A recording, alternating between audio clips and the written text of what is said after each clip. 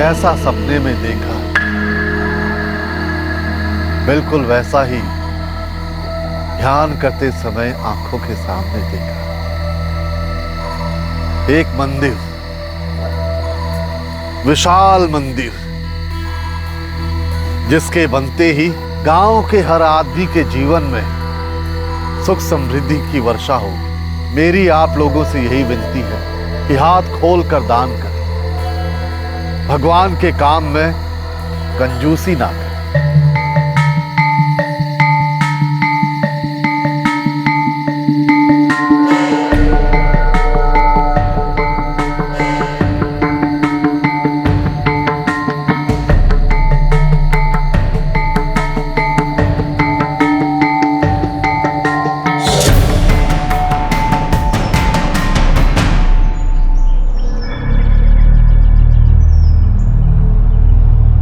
अरे गुरुजी ने कई बार कहा था कि वो अकेले होकर के तपस्या करना चाहते हैं, इसलिए पहाड़ी पर गए होंगे।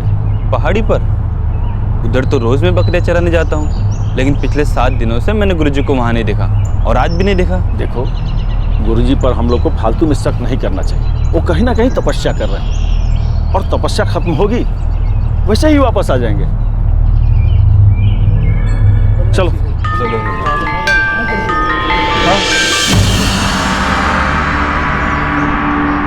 गांव वाले नहीं जानते थे कि राजा सागी गुरुजी कभी वापस नहीं आने वाले थे। उन्हें तो यह भी नहीं पता था कि कहीं दूर पुलिस भी गुरुजी की तलाश कर रही थी।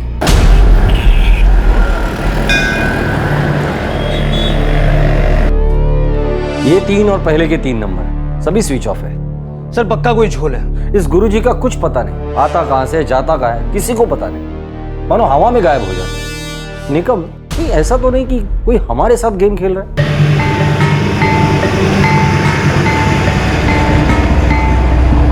गुरुजी आप इंदौर जा रहे हैं? जहां भगवान कहे वहीं चले जाते हैं।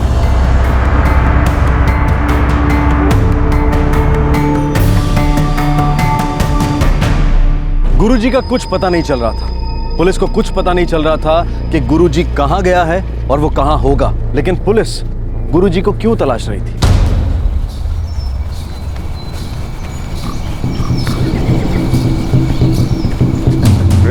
डवरे भाऊ, ओ डवरे भाऊ, का रे बावले, सकाळ सकाळी भूतभीत पाहिलं की काय?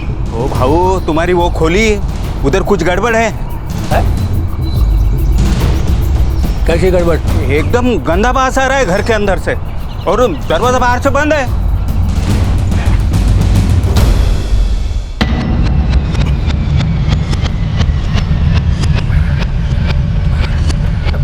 गुरुजी कहाँ है? पता नहीं, 2 दिन से किसी ने देखा नहीं उन्हें। खिड़की तोड़ दे।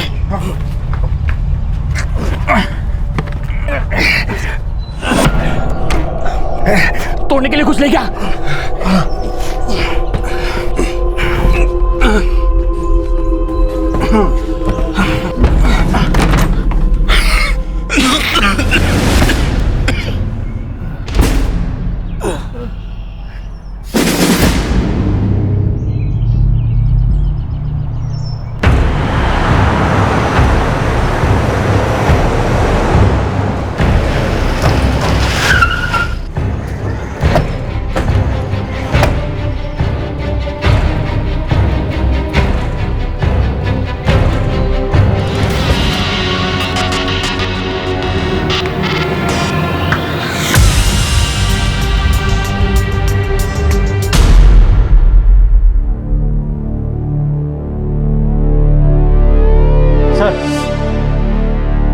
इससे खून हुआ है।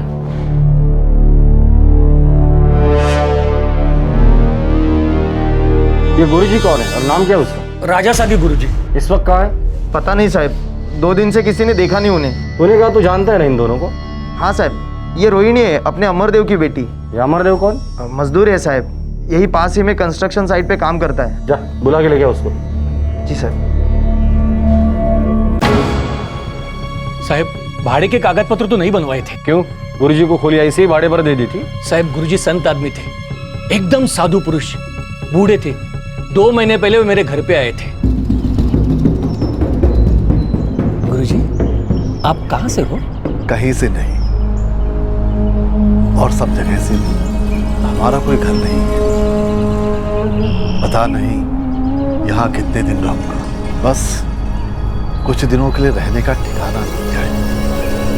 यहाँ के लोगों का भला करने आया हूँ, वो करके फिर ऐसे ही लोगों की तलाश में निकल जाऊंगा जो दुखी हैं, जिन्हें मेरी जरूरत है। सर वो सच में संत आदमी थे, उन्हें यहाँ आए हुए 2 महीने हुए थे। सभी चाल वालों के साथ बहुत अच्छे से रहते थे और हम सबका हाथ देकर भविष्य भी बताते थे। वो अमरदेव है, रोहिणी के पिता।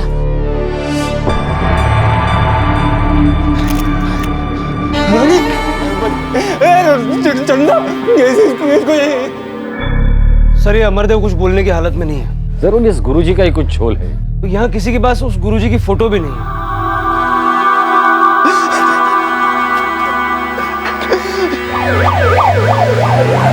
एक काम करो, इस अमरदेव को पुलिस स्टेशन बुला लो और हाँ, आसपास के लोगों से पूछताछ करो।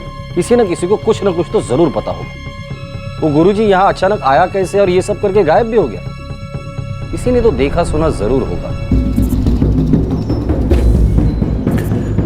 भगवान तुम्हारा भला करे। तो गुरुजी आप इसी गांव में रुकने वाले हैं? तुमने इस गांव का नाम क्या बताया बेटा? अंबर गांव गुरुजी। अंबर गांव? हाँ जी। यही तो वो गांव है जो हमारे सपने में आया था। भगवान ने हमसे कहा कि वो इस गांव में बसना चाहते हैं। बेटा, गांव वाले भगवान को यहाँ बसने देंगे ना? गुरुजी गांव वाले तो पागल हो जाएंगे सुन के। गुरुजी आपका नाम क्या है? जय देव, जय देव,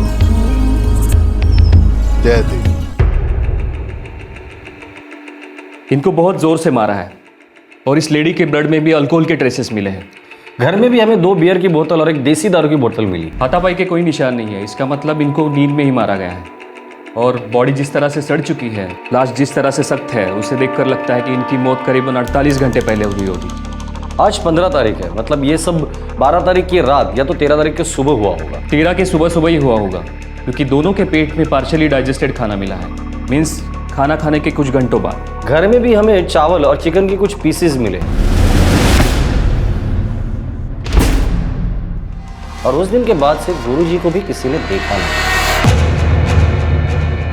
साहब, गुरुजी 60 साल के होंगे, लंबी सफेद दाढ़ी और आंखें ऐसी अंदर धसी हुई। हम सब लोग रोज गुरुजी को मिलने आते थे। सब लोग अपना हाथ भी दिखाते थे, लेकिन वो हाथ देखने के पैसे नहीं लेते थे। कई बार तो हम अपनी श्रद्धा से उन्हें कुछ पैसे दे जाते थे। आप लोगों के पास गुरुजी की कोई फोटो है? फोटो हो साहब, अभी कुछ 5 दिन पहले, शायद 10 मई को मैं गुरुजी के साथ में शिरके सुनार की दुकान में गया था। गुरुजी को कोई सोने की चेन गिरवी रखनी थी और शायद वहाँ पर CCTV कैमरा लगा है। शायद हमें वहाँ गुरुजी की फ़ोटो मिल सकती है। लेकिन गुरुजी ऐसा नहीं कर सकते, जरूर कुछ और हुआ होगा।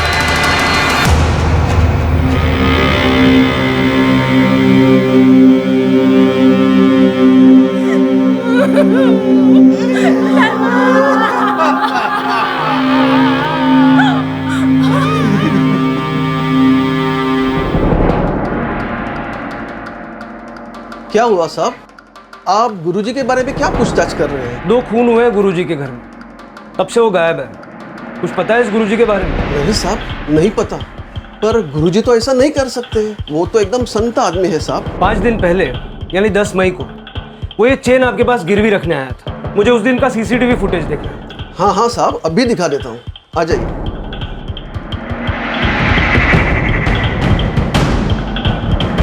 साहब, यही है राजा सागी गुरुजी।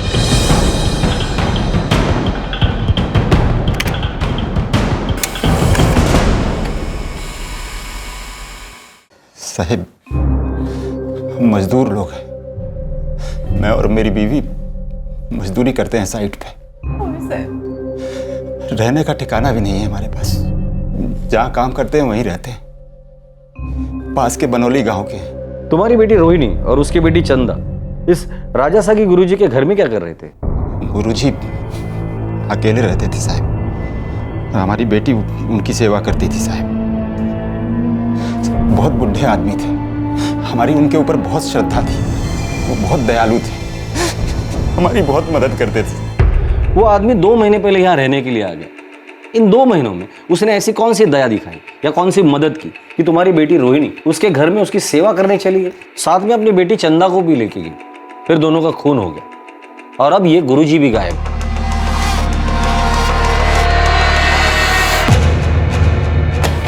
सर, इस राजा सागी गुरुजी ने 5 दिन पहले शिरके ज्वेलर्स के यहाँ एक सोने की चेन गिरवी रखी थी। क्या तुम्हारी बेटी सोने की चेन पहनती थी? नहीं साहब। पति कहाँ है उसका? मैथिली साहब, 4 साल पहले वो छोड़ के चला गया, वापस अभी तक आया नहीं। अमरदेव, मुझे लगता है तुम हमसे कुछ छुपा रहे हो। ये गुरुजी तुम्हें मिला था कहाँ? साहिब, 1 साल पहले मिले थे। हमारे गांव बनौली में आए थे और फिर हमारे साथ ही रहते थे। वो क्या अचानक आसमान से टपका था क्या? नहीं साहब, वो अतुल लाया था। मैं उनको अतुल के घर पे ही मिला था साहब, और फिर वो मेरे साथ रहने लगे। ये बात 1 साल पहले की। फिर गुरुजी पूना चले आए जहाँ तुम काम करते हो। फिर तुम्हारी बेटी ने तय किया कि वो गुरुजी की सेवा करे, इसलिए वो उनके साथ रहने लगे, साथ में अपनी बेटी चंदा को भी लेके गई। जी साहब। इस गुरुजी का कोई नंबर है तुम्हारे पास? रिश्ता, तुम्हारे पास नंबर है ना सारे? डायरी में, घर पे। सारे मतलब? उसके कई सारे नंबर थे क्या? हाँ। मुझे वो डायरी चाहिए।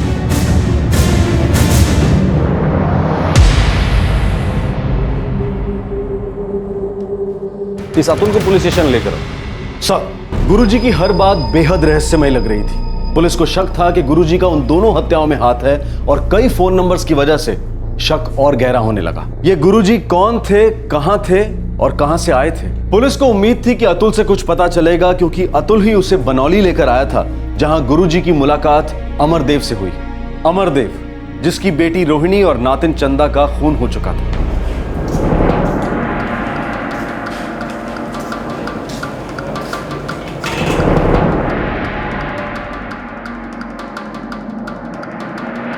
क्या ये तीनों नंबर वो इस्तेमाल करता था? मालूम नहीं, मेरे बाबा ही उनसे बात करते थे। मुझे बस नंबर लिख के रखने के लिए बोला था।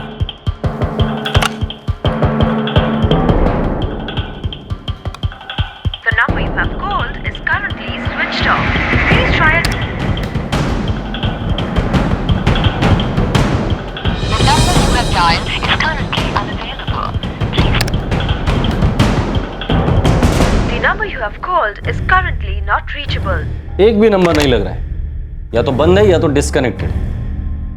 दर्शिता, क्या वो चेन तुम्हारी बहन की थी? क्या उस चेन के लिए गुरुजी ने तुम्हारी बहन और भांजी को मार डाला? दर्शिता, तुम कुछ छुपा रही हो। वो चेन जो गिरवी रखी गई थी वो मेरी थी। तुमने वो चेन गुरुजी को दी थी? नहीं, मेरे बाबा ने। सुन दर्शिता, जरा मेरे को अपने गले की चेन दे। क्यों बाबा? अभी दे दे, थोड़े टाइम के बाद मैं दूसरी ला के दूंगा।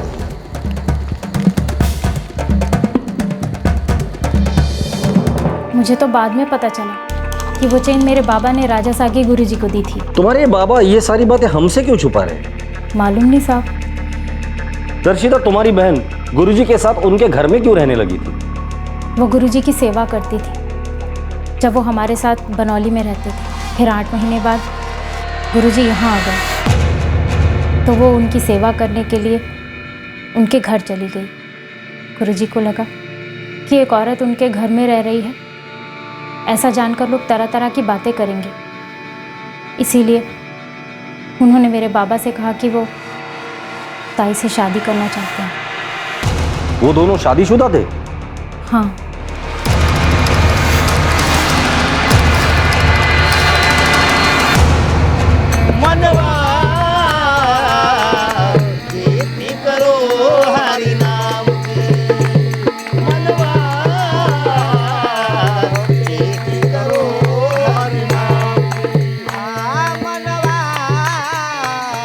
जयदेव गुरुजी सच में यहाँ मंदिर बनवाने वाले हैं? जयदेव गुरुजी बोले थे उनके पास बहुत सारा जमीन है, जैसे इंदौर, बड़ौदा, सीढ़ी, हर जगह। उस सपने में हमारे गांव देखे इसलिए यहाँ आ रहे हो। अरे हमारे गांव के तो भाग खुल गए।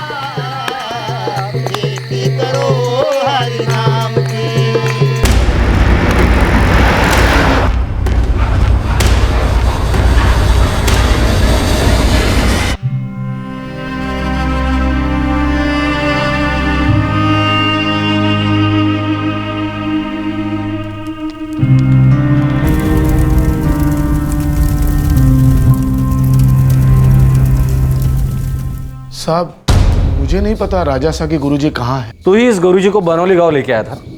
अमरदेव और उसके परिवार से तुमने ही मिलवाया था ना? जी हाँ, पर मैं तो गांव की खुशहाली के लिए लेकर आया था।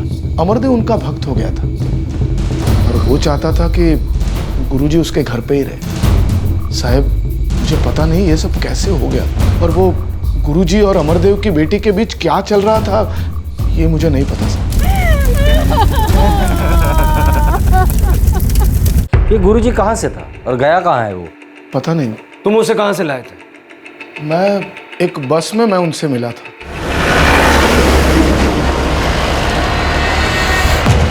साहब मैं सिन्नर जा रहा था। सिन्नर नासिक के पास? जी हाँ, वहाँ मेरा बड़ा भाई रहता है। बस में गुरुजी से मिलना हुआ था। बेटा मुझे पता नहीं होता कि मैं कहाँ जा रहा हूँ। जहाँ लोगों को मेरी जरूरत होती है वहाँ चला जाता हूँ। जहाँ भगवान का आदेश होता है वहाँ चला जाता हूँ। पर गुरुजी आप तो कहते हो कि आपके पास बहुत सारी जमीन है, इतनी सारी जगह है, फिर भी आप यहाँ वहाँ क्यों घूमते रहते हो? जो मेरा है वो सबका है। मेरी सारी जमीन सबकी है। लोगों का दुख दर्द मेरा है। जमीन लेकर क्या करूंगा मैं तो बैरागी हूं, घूमता रहता हूं। लोगों को ईश्वर के दर्शन कराने की इच्छा है। गुरुजी क्या आप मेरे गांव चलोगे? पूना के पास बनौली गांव में ही रहता हूं। बेटा जहां लोगों को मेरी जरूरत होती है वहां मैं अवश्य जाता हूं। तो तुम्हारे बुलाने पर गुरुजी वहां आया था? जी हाँ। तुमने उसे कांटेक्ट कैसे किया? उन्होंने अपना फोन नंबर मुझे दिया था। इसमें से कौन सा नंबर? याद नहीं, पर मेरे पास उनके और नंबर है। और नंबर मतलब? हाँ उनके पास 3 नंबर थे।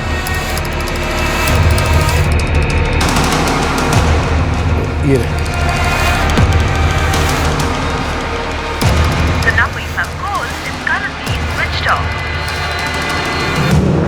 The number you have dialed is currently unavailable. The number you have called is currently switched off. Sir सारे नंबर स्विच ऑफ।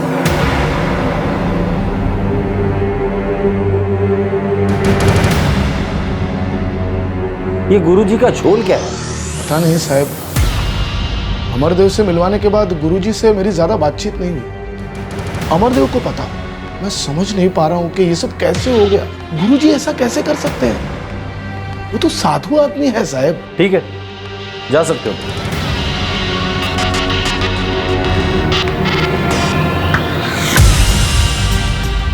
ये 3 और पहले के 3 नंबर सभी स्विच ऑफ है। सर पक्का कोई झोल है।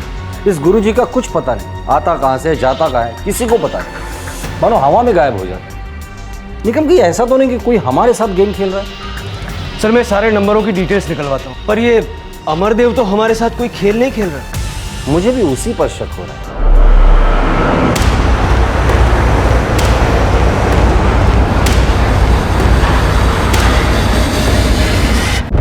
साहब मैं बहुत गरीब आदमी हूँ, मैं क्या खेल खेलूंगा। मुश्किल से 2 वक्त की रोटी कमा पाता हूँ। वो गुरुजी तुम्हारे गांव बनौली आके रुका, फिर तुम्हारी बेटी से शादी की जो उससे उम्र में आधी होगी। खुद गुरुजी उम्र में तुमसे बड़ा होगा, फिर भी तुमने हमसे ये बात छुपाई, जबकि तुम्हारी बेटी और नाती की लाश उसके घर में मिली थी। तुमने हमें बताया कि तुम्हारी बेटी उसकी सेवा करने वहां जाती थी। साहब मैं गुरुजी को इसलिए घर लाया था कि वो मुश्किल समय में हमें पैसों की मदद करते थे। इसे रख लो, अपना ख्याल रखना। दुनिया में पैसा ही सब कुछ नहीं होता। वो इतनी मदद करते थे तो मैंने सोचा उनको घर बुला लूं। उनसे पैसा मिलता रहेगा तो घर आसानी से चलता रहेगा। मैंने सुना था उनके पास बहुत पैसा है, बहुत ज़मीन है और वो एक जगह पर नहीं रुकते हैं। तुम्हारी लालच मैं समझ सकता हूँ, पर एक बात समझ में नहीं, तुम्हारी बेटी ने ऐसे आदमी से शादी की जो उम्र में तुमसे बड़ा है, क्यों? जवाब दो। साहिब, गुरुजी जब गांव से चले गए थे तो मैं बहुत मुश्किल समय से गुजर रहा था। मेरे पास कोई काम नहीं था। मैंने गुरुजी को बहुत फ़ोन किया, उनसे बहुत विनती की कि मुझे अपने किसी आश्रम में जगह दे दें। मैंने सुना था कि उनके पास बहुत सारे आश्रम हैं, नासिक में, बड़ौदा में, इंदौर में और न जाने कहाँ कहाँ। लेकिन उन्होंने हमें बुलाया नहीं और फिर उसके बाद वो अचानक से पुणे आ गए। देखो, तुम्हारी कहानी मैं फिर कभी सुनूंगा, फिलहाल मुझे इतना बता दो, तुम्हारी बेटी ने उससे शादी क्यों की? साहब, वो जब बनौली में मेरे घर में रहते थे तो हमारी बेटी रोहिणी उनकी देखभाल करती थी। और जब दोबारा से वो पुणे आए तो मेरी बेटी वहाँ जाकर उनकी देखभाल करने लगी। और फिर एक रात गुरुजी मेरे घर आए।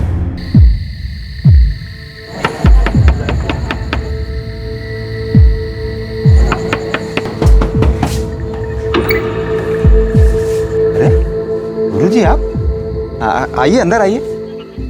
आइए गुरुजी।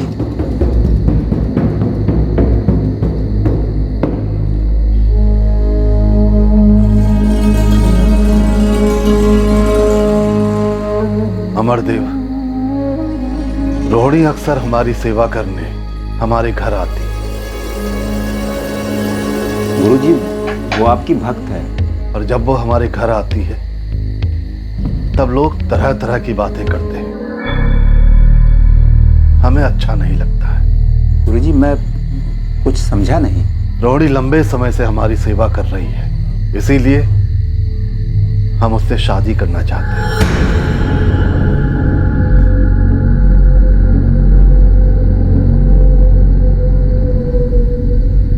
सुनकर मुझे भी धक्का लगा साहब कि मेरी उम्र से बड़ा आदमी मेरी बेटी के साथ शादी करेगा। लेकिन फिर मैंने अपनी बेटी रोहिणी से पूछा तो उसने हाँ कर दी। मुझे समझ में नहीं आ रहा था कि क्या करूं, और फिर साहब मैंने भी हाँ कर दी। अमरदेव, कहीं तुम फिर से झूठ तो नहीं बोल रहे? जैसा बताया है एकदम वैसा ही हुआ था साहब। गुरुजी ने तुम्हारी छोटी बेटी दर्शिता की चेन गिरवी रखी और तुमने हमसे झूठ बोला था। अब इसके पीछे क्या कहानी बताने वाले हो?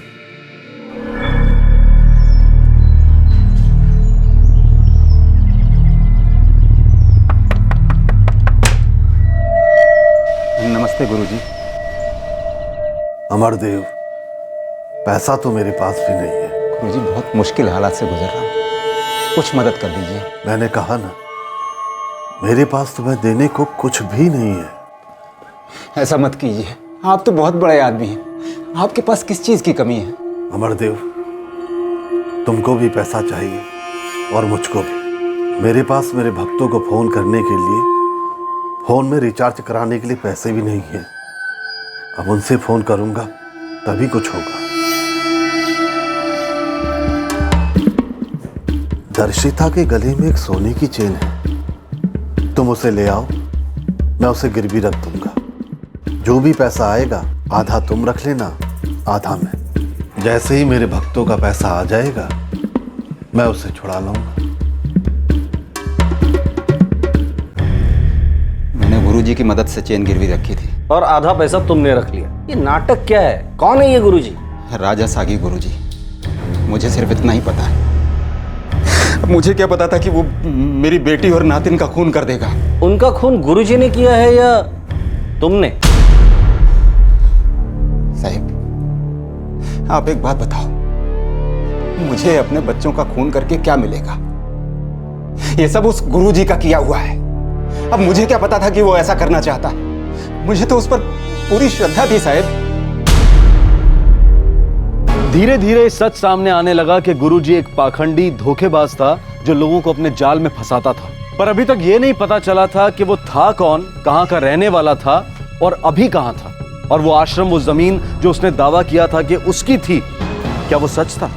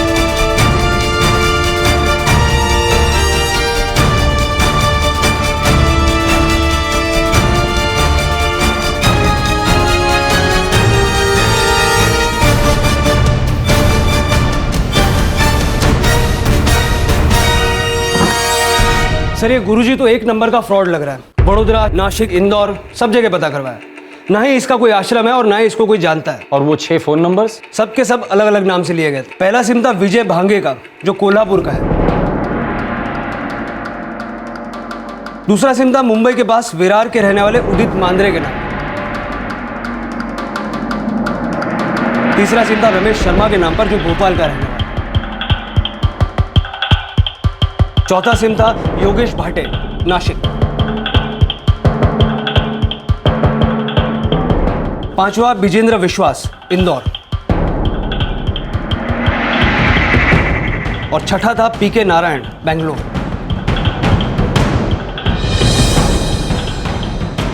जाहिर सी बात है ये गुरुजी तो फ्रॉड ही है। अच्छा, ये सारे नाम और एड्रेस असली है या नकली? सर सारे नाम असली हैं और सारे पते सही हैं। ये सब गुरुजी के पक्के भक्त हैं। मैंने सबसे बात की। ओए साहब, आपने जो फोटो भेजा वो देखा मैंने, लेकिन वो राजा सागी गुरुजी नहीं है। तो कौन है? साहब वो तो नामदेव गुरुजी है, एकदम संत आदमी है। मैंने उनको सिम कार्ड दिलवाया था क्योंकि उनके साथ बात करने का कोई जरिया नहीं था ना। आपने जो फोटो भेजी थी वो तो यज्ञराज गुरुजी की है। मैंने ही उनको सिम दिलवाया था। बड़े भले आदमी है वो। मैंने उनको सिम दिलवाया ताकि मैं उनसे बात कर सकूं। बड़े महान आदमी हैं गिरफ्तार गुरुजी, बड़े ज्ञानी हैं। मैंने मेरे नाम पर ही उन्हें सिम कार्ड दिलवाया था।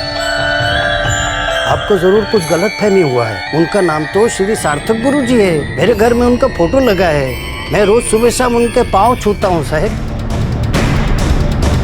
जय वरदराज गुरुजी। आप उनको राजा सागी नाम कैसे दे सकते हैं? बड़े संत महात्मा है वो। हाँ, उनको मैंने सिम दिलवाया था। उनको मैं और बहुत कुछ देना चाहता था, लेकिन उन्होंने मना कर दिया मुझे। लोकनाथन गुरुजी एकदम शांत आत्मा है। वो मुस्कुराएंगे तो सभी मन एकदम शांत हो जाता है। मैंने उसे सिम दिया था, पर हुआ क्या? आप जानना क्या चाहता है और उसे दूसरे नाम से क्यों बुला रहा है? ये राजा सागी कौन है? एक भी भक्त मानने को तैयार नहीं है कि गुरुजी ऐसा कुछ भी कर सकते। हर जगह नया नाम, वरदराज, लोकनाथन, नामदेव, यज्ञराज, श्री सार्थक, कीर्तकारी, और न जाने इसके कितने नाम होंगे और कितनों को बेवकूफ बनाया होगा। और अब न जाने किस नाम से रह रहा होगा और किस किस को बेवकूफ बना रहा होगा।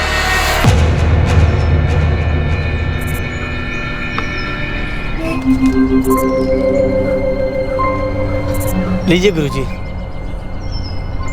भगवान तुझे लंबी उम्र दे।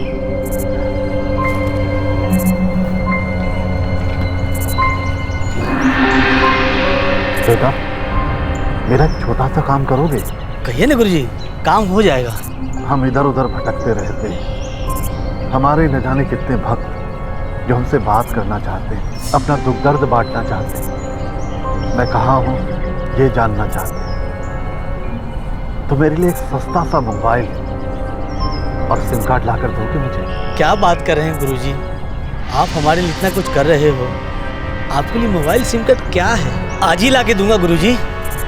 भगवान तुझे सुखी करे।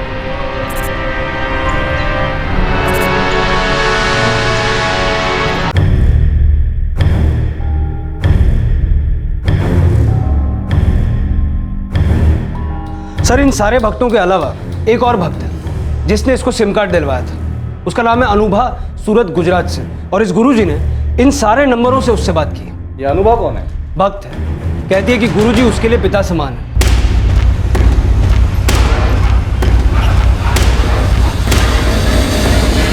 हाँ हाँ, मैं जानती हूँ उन्हें। मेरे तो पिता समान है। पर आपको किसी ने गलत नाम बताया उनका। उनका नाम तो उग्रेश्वर गुरुजी है। पर आपको क्या जानना उनके बारे में? पिता जैसा है वो, इसीलिए मैंने उसे कुछ ज्यादा बताया नहीं। ये गुरुजी इससे बराबर कांटेक्ट में था। निकम, मुझे लगता है मैं सूरत जाना चाहिए।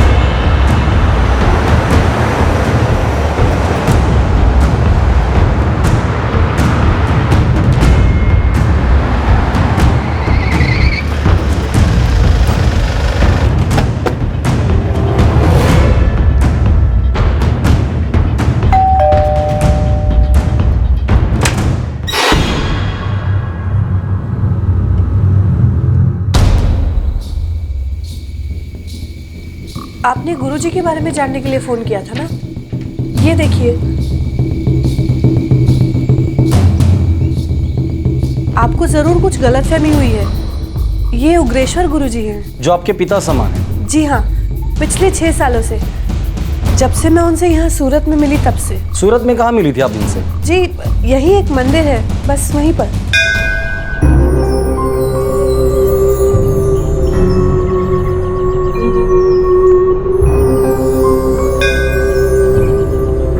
उनके चेहरे पे एक अलग ही तेज था, शांत प्रसन्न चेहरा। उनकी मुस्कुराहट ऐसी थी जिसे देखकर कोई भी मुस्कुराने लगे। दक्षिणा तो दे दी, लेकिन अपनी परेशानी नहीं बताई।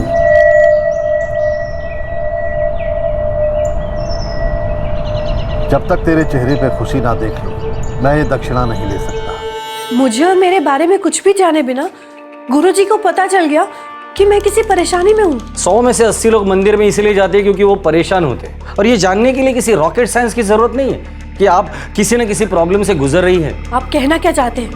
उग्रेश्वर गुरुजी ढोंगी है? पूरे 6 साल से जानती हूँ उन्हें। उनसे पूछे बिना आज तक मैंने कोई नया काम शुरू नहीं किया।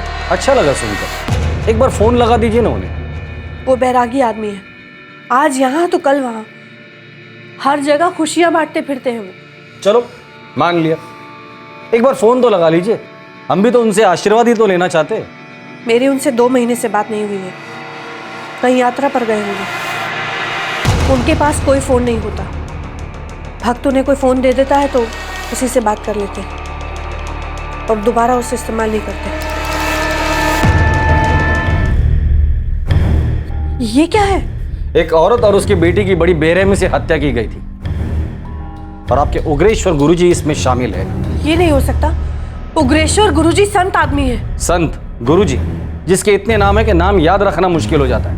राजा सागी, वरदराज, लोकनाथ, नामदेव, योगराज, श्री सार्थक, किरीटकारी और आपके हिसाब से उग्रेश्वर गुरुजी। अनुभा जी, हम समझ सकते कि कैसे इसने आपको झांसे में लिया होगा, लेकिन अच्छा ये होगा कि आज के बाद आपके उग्रेश्वर गुरुजी अगर आपको कांटेक्ट करें या आपका उनसे कांटेक्ट हो जाए तो सबसे पहले आप हमें खबर करें।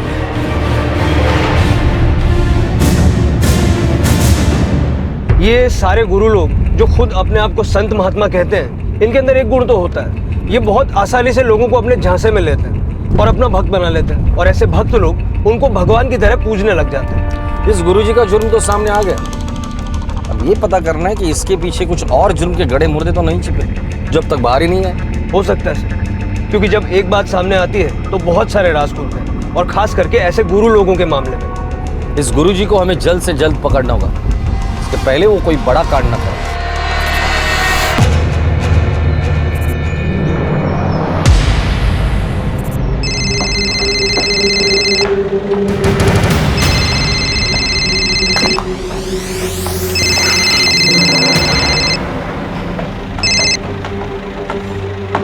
हेलो, जय हो अमरदेव। गुरुजी आप हो किधर? कहीं भी नहीं, और सब जगह। रोहिणी और चंदा कैसे? गुरुजी आपने ऐसा क्यों किया? मैंने क्या किया? मैंने तो सिर्फ ये जानने के लिए फोन किया कि वो लोग कैसे हैं। गुरुजी आपने मेरी बेटी और नातिन का खून किया है। पागल हो गए हो क्या? या ये तुम्हारा कोई नया नाटक है? मुझे फंसाना चाहते हो? क्या किया तुमने उनका? मार डाला? गुरुजी आप हो किधर? Hello hello. The number you have called is currently switched off. Currently switched off.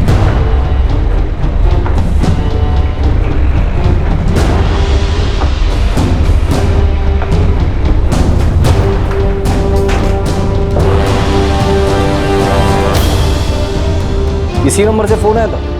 हाँ साहब। ये नंबर ट्रैकिंग पे डाल दो। सर, उसने तुमसे ये पूछा कि तुम्हारी बेटी रोहिणी और नातिन चंदा कैसी है? हाँ साहब, नाटक कर रहा था वो। नाटक वो कर रहा है या तुम कर रहे हो? अमरदेव, ये गुरुजी का और तेरा चक्कर क्या है? खून किसने किया है, तूने या उसने? कहीं ऐसा तो नहीं कि गुरुजी से हिसाब चुकता करने के लिए तू ये सब नाटक कर रहा है? पूरा सब उस गुरुजी ने किया हुआ है। मैं उस आदमी को पहचान नहीं पाया। साहिब, मैंने गलती की कि उस आदमी से मदद ली और फिर उसके चक्कर में फंसता चला गया। साहिब, मैंने बहुत गलतियां की हैं साहब, लेकिन अपनी बेटी को और नातिन को मारने का पाप नहीं कर सकता साहब, नहीं कर सकता। सर, फोन अब स्विच ऑफ है। कॉल अंबरगांव से आया था। क्या वो अभी भी वहां छुपा होगा?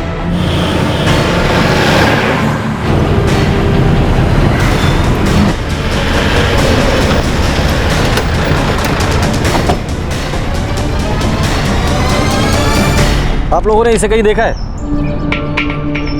ये तो जयदेव गुरुजी का फोटो है। हम सब इन्हीं के लिए तो आए हुए हैं। ये मिलेंगे कहाँ? ये अभी तक तो आए नहीं है। हम सभी लोग इसी बात को लेकर चिंतित हैं। क्या मंदिर बनवाने के नाम पर उन्होंने आप लोगों से कोई पैसे लिए थे?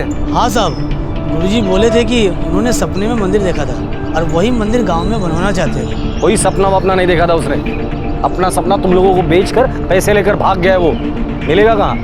क्या हुआ साहब, आप हमारे गुरुजी को क्यों ढूंढ रहे हो? 2 औरतों का मर्डर किया है उसने। उसी सिलसिले में उससे पूछताछ करनी है। नहीं साहब, आपको गलतफहमी हो गई है। जानकारी देने के लिए धन्यवाद। आप लोग सिर्फ इतना बता दीजिए गुरुजी मिलेगा कहाँ। उनसे मिलकर ही मैं मेरी गलतफहमी दूर कर लूंगा। पता नहीं साहब, सुबह कीर्तन करने के लिए बुलाए थे लेकिन अब तक नहीं आया वो। और जहां तक मुझे पता है वो आएगा भी नहीं।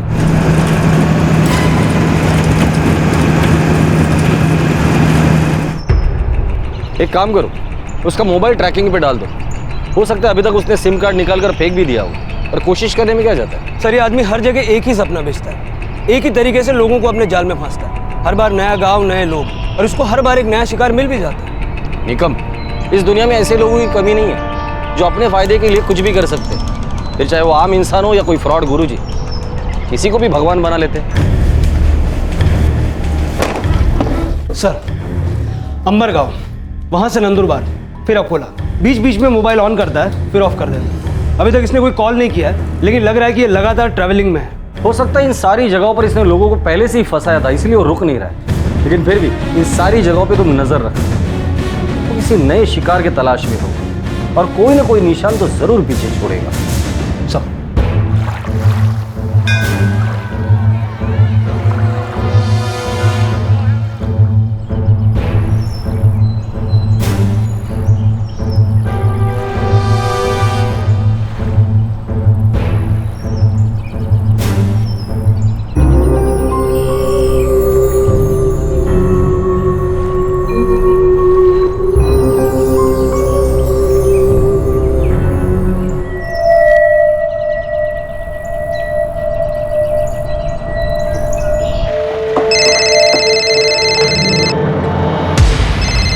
हेलो अमरदेव, तुम क्यों झूठ बोल रहे हो? क्यों मेरे बारे में अफवाह फैला रहे हो?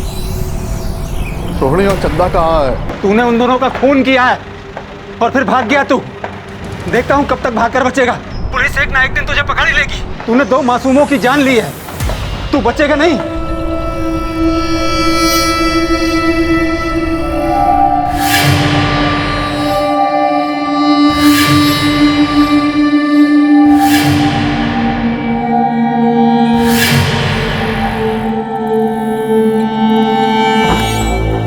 बाबा, मैं काम पे जा रही हूँ। ठीक है बेटा। क्या वजह थी कि गुरुजी बार बार अमरदेव को फोन कर रोहिणी और चंदा के बारे में पूछ रहा था, जिनका के खून हो चुका था? क्या वो सचमुच बेकसूर था या फिर उसका अपराध उसे खाया जा रहा था? इस दूसरे फोन कॉल ने गुरुजी की तलाश को तेजी दे दी। सर, कॉल वाराणसी से किया गया था। फोन अभी भी ऑन है और लोकेशन वाराणसी है। दोबारा उसका कॉल है तो उसको बातों में उलझाए रखना। उसको विश्वास दिलाना कि पुलिस को उस पर बिल्कुल भी शक नहीं। निकम, वाराणसी चलना होगा। पूरे चांसेस है कि वो वहीं छुपा होगा।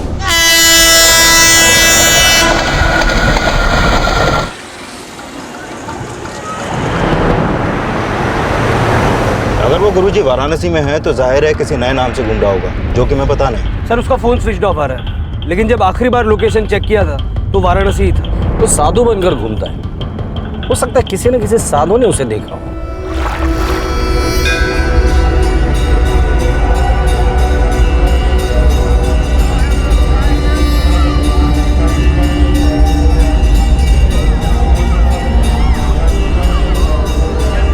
उम्र 60 के आसपास होगी। प्रभु, विश्रामालय में देखिए, कल मैंने उधर ही देखा है।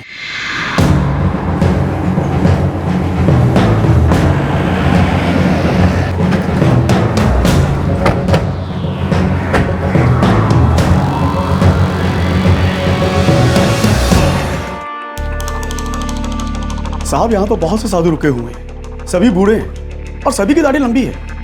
हाँ, उनमें से कईयों की सफेद भी होगी, पर इन्हें मैंने यहाँ कभी देखा है या नहीं मुझे याद नहीं। ठीक है, हमें सभी रूम की तलाशी लेनी होगी। साधु लोग नाराज हो जाएंगे। हम एक ढोंगी साधु को ढूंढ रहे हैं, हमें शक है कि उसने मर्डर किया है। पर साहब, मैनेजर साहब, हम आपको पूछ नहीं रहे, बता रहे, तलाशी होगी। शर्मा, तुम वहां देखना। निकम, सरल जा।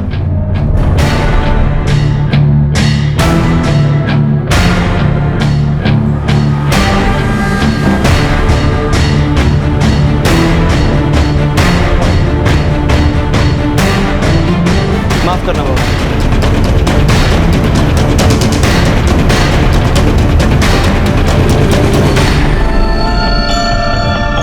बाबा जी, इनको कहीं देखा है आपने?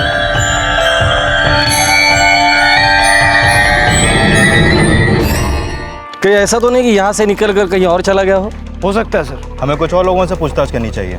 हो सकता है बाई चांस वो यहीं पर हो और फिर भागने में कामयाब ना हो जाए। एक काम करते, दूसरी जगह।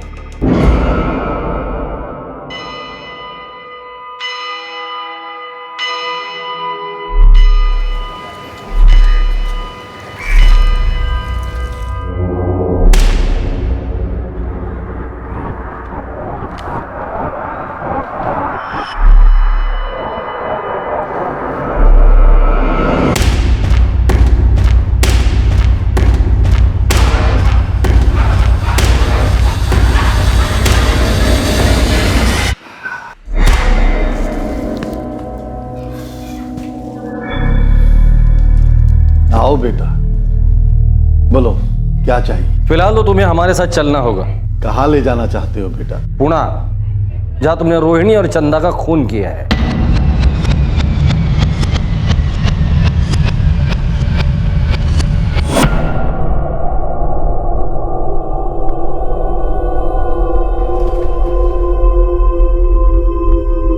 जल्दी से डॉक्टर के पास लेके चलो।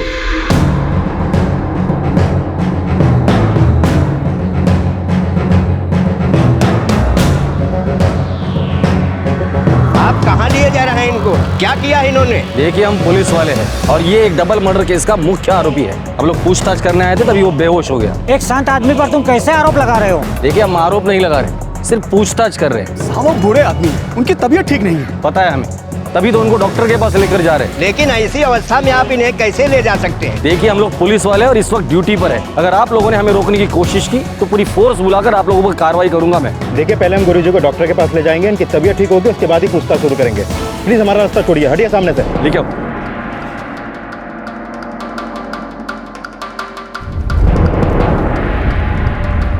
डर गया होगा।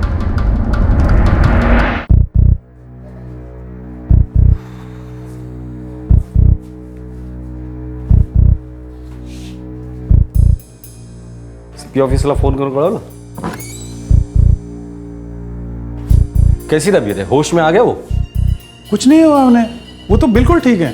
ओह, हमें लगा था इसे कुछ हो ना गया हो, सांसें फूल गई थी इसकी। ऐसा कुछ नहीं है, वो एकदम ठीक है।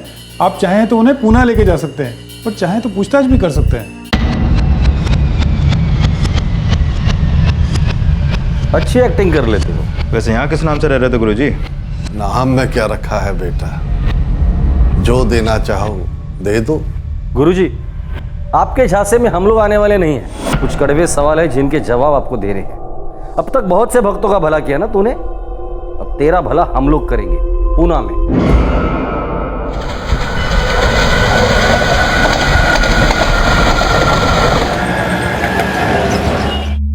राजा सागी गुरुजी उर्फ वरदराज गुरुजी उर्फ नामदेव गुरुजी उर्फ पता नहीं कितने नाम है तुम्हारे।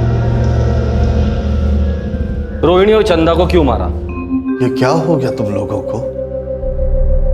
मैं एक संत आदमी हूं, शांति से रहता हूं, भला मैं क्यों किसी की हत्या करूंगा? अबे 60 साल के बुढ़े, एक नंबर का फ्रॉड और ढोंगी आदमी है तू। और मैं दावे के साथ कह सकता हूं रोहिणी और चंदा का खून भी तूने ही किया। अच्छा यही होगा कि सब कुछ सच सच बता दे। कौन है तू, कहां से आया है और रोहिणी और चंदा को क्यों मारा? सब कुछ सच सच बता दे, वरना मैं मेरी तरीके से तेरा मुंह खोल दूंगा। एक बूढ़े आदमी को परेशान कर रहे हो तुम। भगवान तुम्हें कभी माफ नहीं करेगा, तुम्हें कभी शांति नहीं मिलेगी। चलेगा, मुझे शांति नहीं मिलेगी तो भी चलेगा। जो मुझे चाहिए वो बता दे। कौन है तू, कहां से आया है, और रोहिणी और चंदा को क्यों मारा?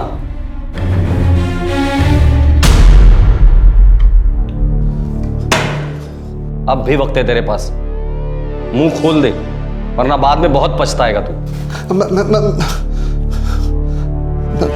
मैं बताता हूं।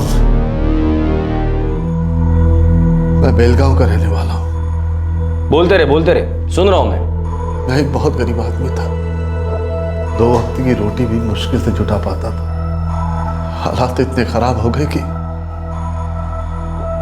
न खाने को खाना था और न रहने का ठिकाना। कोई काम भी नहीं मिल रहा था। और तभी एक कपड़े के टुकड़े ने मेरी जिंदगी बदल दी।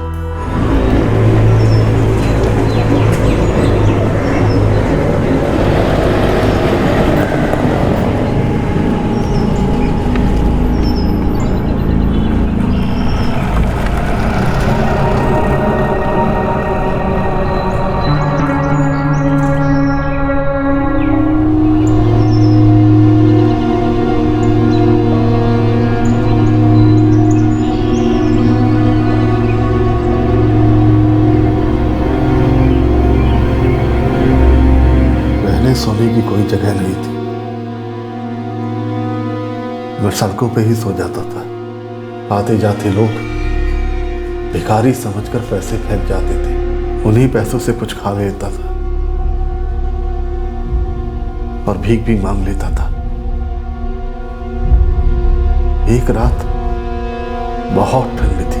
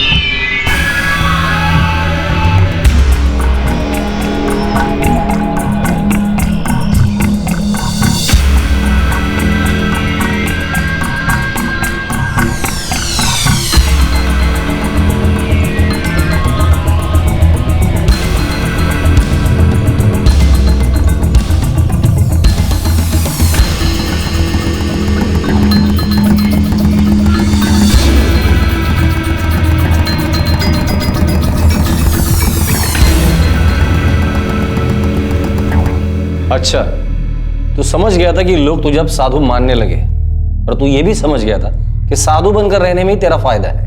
हो सकता है मुझे सिद्धि प्राप्त हो गई। हो सकता है मैंने वो सातों चक्र देख लिए। मतलब तू लोगों के साथ साथ खुद को भी बेवकूफ बना रहा था। मुझे लगता है मैंने वो सातों चक्र देखे थे, जैसा उस साधु महाराज ने बताया था। कौन सा साधु, कहां मिला था तुम्हें?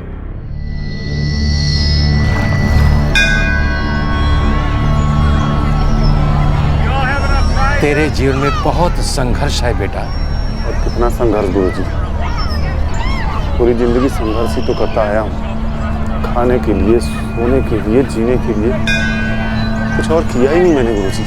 थक गया हूँ ऐसी जिंदगी से गुरुजी। चक्रों का दर्शन कर लो बेटा, 7 चक्रों का दर्शन। इन चक्रों के दर्शन करते ही तुम सिद्ध पुरुष बन जाओगे और तुम्हारा सारा संघर्ष समाप्त हो जाएगा। मैं ये 7 चक्र कैसे देख पाऊंगा गुरुजी? इतना आसान नहीं है बेटा। वो इंसान ही तुम्हें 7 चक्रों का दर्शन करा सकता है जिसकी मृत्यु हो चुकी है। तूने 7 चक्र देखने के लिए रोहिणी और चंदा को मार डाला? नहीं, ये 20 साल पुरानी बात है जो साधु महाराज ने मुझे बताई थी। तूने बताया तू बेलगांव से, तो नासिक में क्या कर रहा था? जब तक मुझे सिद्धि प्राप्त नहीं हुई थी, मैं काम की तलाश में यहाँ वहाँ भटकता रहता था। रहने का कोई ठिकाना नहीं था। आजाद था मैं, जैसे आत्मा होती है, सभी बंधनों से आजाद। तुम्हारा असली नाम क्या है? नाम में क्या रखा है? आत्मा का कोई नाम नहीं होता, वो बिल्कुल साफ होती है। मल्लिकार्जुन, मल्लिकार्जुन मुदिराज। ये आदमी इतने आसानी से सच बोलने वाला नहीं है। इसने जरूर किसी घटिया मकसद से औरत को और बच्ची को मारा होगा। मुझे शक है इसने पहले भी कुछ न कुछ तो कांड जरूर किया होगा। बेलगांव का रहने वाला है मल्लिकार्जुन मुदिराज। एक काम करो, बेलगांव पुलिस से इसके बारे में पूछताछ करो। सर, गुरुजी किसी भी सवाल का सीधा जवाब नहीं दे रहा था और पुलिस जानती थी कि वो कहानियां बना रहा है। जैसे उसने अलग अलग जगहों पर अब तक लोगों को बेवकूफ बनाया था, वैसे ही वो अब पुलिस को बनाने की कोशिश कर रहा था। तहकीकात के पहले दौर में एक नाम सामने आया और गुरुजी का कहना था कि वही उसका असली नाम है। क्या वो नाम असली था? क्या इस असली नाम के साथ भी कोई जुर्म जुड़ा था? पिछले 30 साल का रिकॉर्ड चेक किया, मल्लिकार्जुन मुदिराज के नाम का कोई रिकॉर्ड नहीं है। साहब, मैंने म्युनिसिपल ऑफिस में पता किया तो कोई एक चंद्रबाबू मुदिराज से बात हुई। इन दोनों के बीच में कोई कनेक्शन है? हाँ साहब, मैं मल्लिकार्जुन को जानता हूँ। कौन है वो? मेरा चचेरा भाई है साहब। क्यों साहब, क्या हुआ? नहीं, कुछ नहीं। बताइए ना साहब, कहाँ है वो? ये चंद्रा बाबू रहता कहाँ है? यही पास में, उसका एड्रेस है मेरे पास।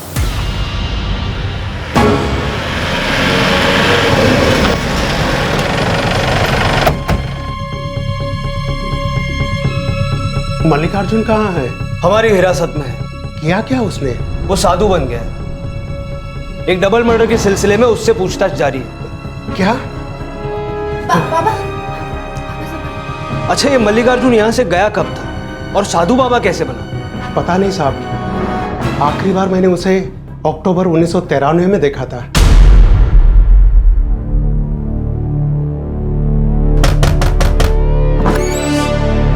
अरे मल्लिका, हाँ अंदर। क्या हुआ मल्लिका? शोभा और ऊर्जा कहाँ है? बेटा राशि, तुम्हारी अम्मा कहाँ है? ऊर्जा कहाँ है? चंद्रा, कुछ मत पूछो, दोनों कहीं चली गई है। मेरे पास कुछ नहीं है। राशि को बड़ा करना मेरे बस में नहीं है। क्या तुम मुझ पर एक एहसान करोगे? क्या? इसे अपने पास रख लो, बस जब तक मैं वापस नहीं आता इसका ख्याल रखो।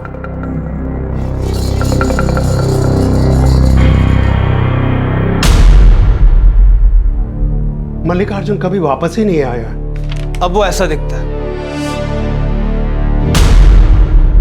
काफी बूढ़ा हो गया है। उसकी पत्नी शोभा और बेटी ऊर्जा का क्या हुआ?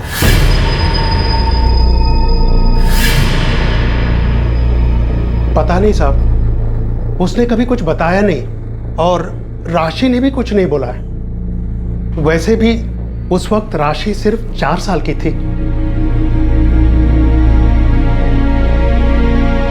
मल्लिकार्जुन जब गया तो शोभा, ऊर्जा और राशि को साथ में ले गया। कहाँ गया उसके बारे में हमें पता नहीं। जब भी वापस लौटा तो सिर्फ राशि उसके साथ में थी। शोभा, ऊर्जा के बारे में कोई खबर ही नहीं मिली। क्या वो नासिक उनके साथ गया था? पता नहीं साहब। मुझे इस फोटो की जरूरत पड़ेगी। जी।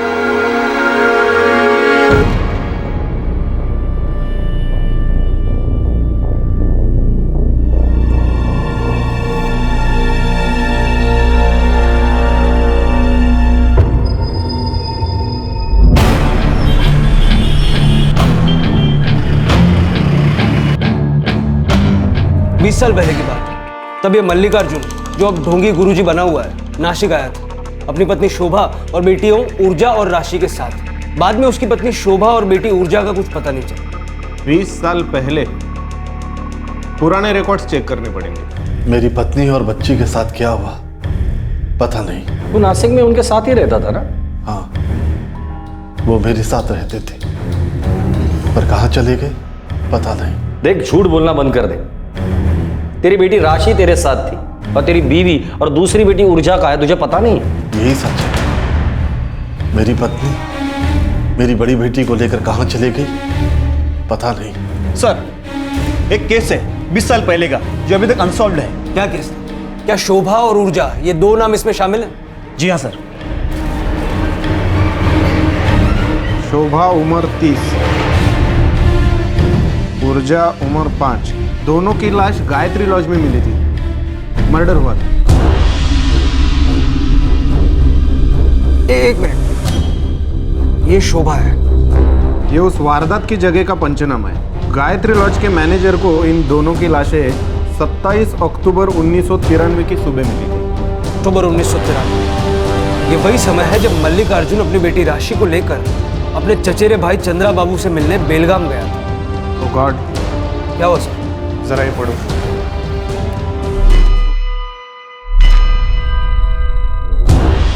तूने अपनी बीवी और बच्ची को मार डाला? अक्टूबर 1993, गायत्री लॉज। कुछ याद आया? नासिक सिटी पुलिस स्टेशन में यह केस दर्ज हुआ है। एक बात बता, तूने राशि को क्यों जिंदा छोड़ दिया?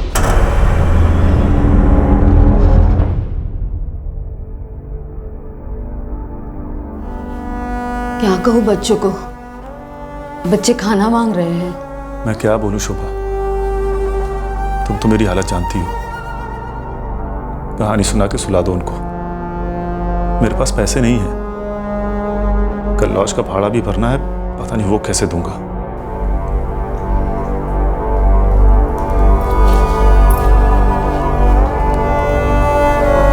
मुझे समझ नहीं आ रहा था कि घर कैसे चलाऊं। मैंने सोचा पहले सबको मार डालूंगा और फिर अपनी जान दे दूंगा। पर तू तो अभी तक जिंदा है, झूठे मक्कार ढूंगी। तूने अपनी बीवी और बच्ची को मार डाला, बीवी का पेट काट के रख दिया। किस लिए? 7 चक्र देखने के लिए, जो कि होते ही नहीं है। मैंने शोभा और ऊर्जा को मार डाला। वो इंसान ही तुम्हें 7 चक्रों का दर्शन करा सकता है जिसकी मृत्यु हो चुकी है।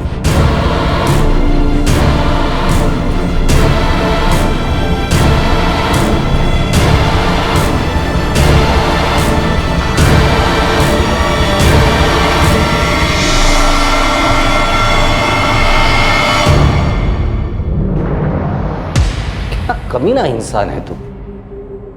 20 साल पहले तूने अपनी बीवी और बच्ची को मारा था 7 चक्र देखने के लिए, और आज 20 साल के बाद उसी चीज के लिए तुमने रोहिणी और उसकी बेटी चंदा को मार डाला। नहीं, मैंने इस वजह से रोहिणी और चंदा को नहीं मारा। तो फिर क्यों मारा? रोहिणी मेरे साथ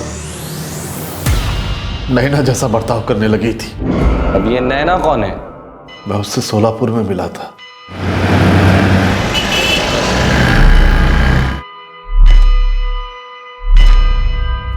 अगर परसों तक तुमने मुझे अपनी सारी जमीन और अपने आश्रमों का आधा हिस्सा नहीं दिया और उनके सारे पेपर्स कानूनी नहीं बनाए, तो मैं तुम्हारा सारा कच्चा चिट्ठा पुलिस के सामने खोल दूंगी।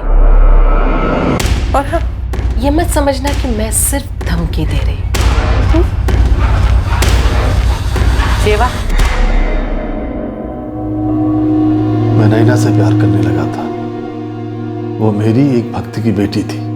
मैंने उससे शादी कर ली। बाद में पता चला वो माँ बेटी दोनों चालबाज थे। नैना पहले भी कई शादियां कर चुकी थी और ऐसे ही अपने पतियों को लूटा करती थी। मतलब चोर को महाचोर मिल गया था।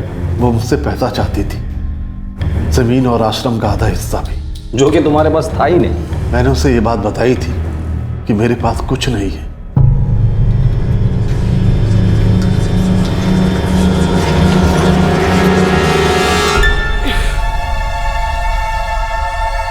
मुझे बेवकूफ समझने की कोशिश मत करना। जब से तुम सोलापुर आए हो, तुमने सबको यही बताया है कि तुम्हारी अलग अलग जगहों पे जमीन और बहुत सारे आश्रम है। नैना, मैंने झूठ बोला था। सच तो यह है कि मैं एक बहुत गरीब आदमी हूं। एक बात याद रखना, अगर तुमने अपनी प्रॉपर्टी पर मेरा नाम नहीं डाला ना, तो तुम्हारे सारे के सारे कपड़े उतरवा कर तुम्हें गांव में दौड़ाऊंगी। तुम्हारे सारे भक्तों को बता दूंगी कि तुम कितनी ढोंगी और पाखंडी हो। फिर तो जूते और चप्पलों से तुम्हारी ऐसी आरती होगी ना कि तुम्हारी सारी की सारी अकल ठिकाने आ जाएगी। मैंने रोहिणी से शादी की, मैं उससे प्यार करने लगा था। वो एक ढोंगी साधु है, पक्का लड़कीबाज है। नहीं, मैं उससे सच में प्यार करने लगा था।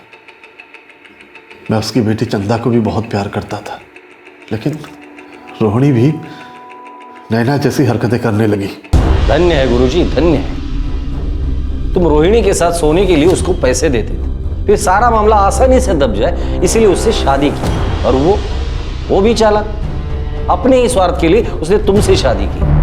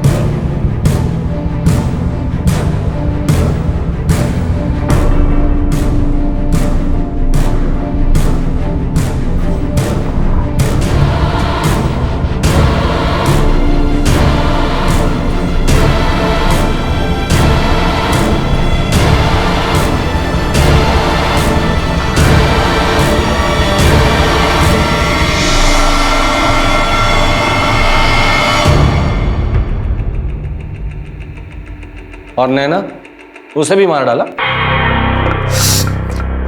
उसे नहीं मारा।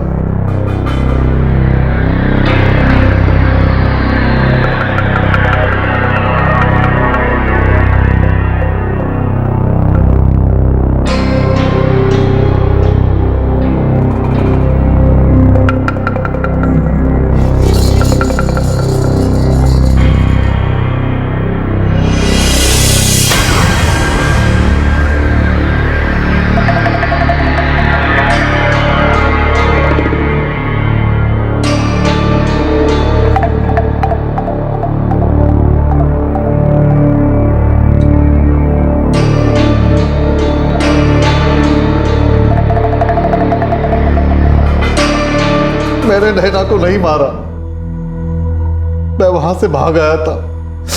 मैं उसकी और उसकी मां की रोज रोज की झिकझिक से थक गया था। दयालु, परोपकारी, शांत, अपनी भक्तों की समस्या मुस्कुराकर हल करने वाला। अबे तू तो जानवरों से भी बदतर है।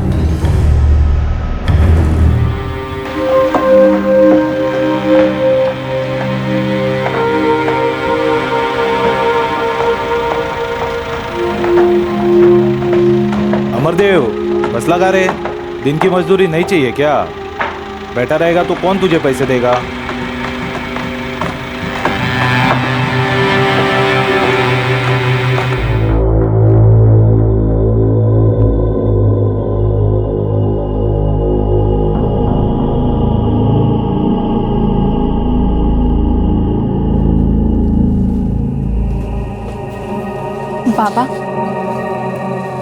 पापा मैं बहुत छोटी थी, मुझे तो ठीक से कुछ याद भी नहीं है। हाँ, बस इतना ज़रूर याद है कि अम्मा और दीदी बिस्तर पर शांत लेटे हुए थे। बाबा मैं काम पर जा रही हूँ।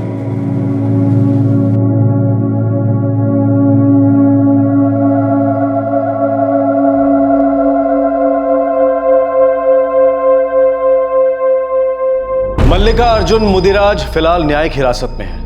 उसे आईपीसी की धारा 302 के तहत हत्या के अपराध के लिए बुक किया गया है और 20 साल पहले का डबल मर्डर केस भी रीओपन किया गया है। अपनी पत्नी और बेटी के खून के बाद अगले 20 साल मल्लिका अर्जुन एक संत बनकर अपनी सिद्धियों का दावा कर लोगों को बेवकूफ बनाता रहा और 20 साल बाद उसने दोबारा एक डबल मर्डर किया। लेकिन इस बार पुलिस ने तहकीकात करने में जरा भी कोताही नहीं बरती और सामने आया गुरुजी की काली करतूतों का चिट्ठा।